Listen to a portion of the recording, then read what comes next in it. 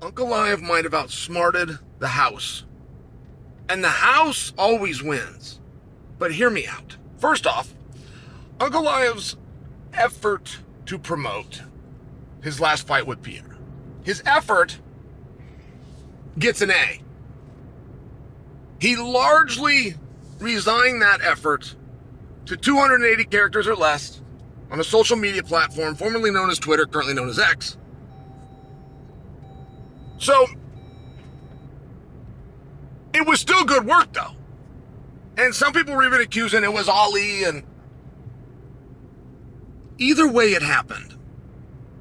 And Ankalaev put his name on it, and I'm just sharing for you as far as effort goes. Now, you still got print, you still got digital, you got a few other platforms you could go to. He largely did it on X, but he did a very good job. Now, Ankalaev knows what time it is, and so many guys don't. So many guys do not understand the need to draw the attention and the curiosity of the audience. They don't even understand it. Then, so many other guys, I do my talking in the ring. That's the word of no star ever. But it's a word of a lot of the guys. So, Ankalaev, at least the way the story goes, gonna have a hard time getting in the ring for a world title fight against Alex Pereira. I'm backing up a little bit, but it did feel like that was right. I mean, when Ankalaev drew Raychik and Pereira drew Roundtree, it did feel as though, okay, whatever we can do to keep these guys apart, we're going to do. And then eventually you have to pay a respect to the integrity of the sport. You don't have to do that every time, but eventually you do have to do that. And this is at least how it felt. Can we agree this was the phenomenon? Okay, now, Ankalaev, who you're using in a main event, who's the B-side of a main event, the fear is that he get the belt, because if he get the belt, he doesn't have the same ability to draw like the current champion Pereira. Now, when I talk about a workaround, if you're not the star but you get aligned with one, it's the same thing. It's the same numbers, at least in theory, and that's a broad stroke. But if Pereira is such a star, and Ankalaev is not, but they can sell because of Pereira, if you rematch him, Ankalaev has bought himself some time. And look, none of them guys are household names.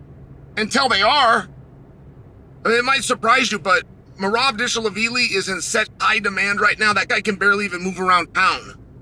People are coming up for him. Islam Makhachev was in a worse spot, perception-wise, 2 years ago than Ankalaev is right now. He's a massive star. So it comes, there's just a couple of roads. The very long road, I would use Chuck Liddell as an example. Chuck Liddell was the best, and he went on to be the highest paid. He's still to this day the most recognizable fighter in our sport. But he did it quietly, and it took him several more fights, and it took him several more years. So Ankalaev can do a couple of things. He could turn it up. He can start to bring interest. He can let you know where there's a personal beef and why, right? 5 W's. Who, what, when, where, and why. No story is complete without those 5 W's. But he could go get them. Or he can buy himself some time. It will come. Things that you're going to think are cool about him, things that you're going to find interesting about him, you don't know yet. They just haven't been revealed. They'll come.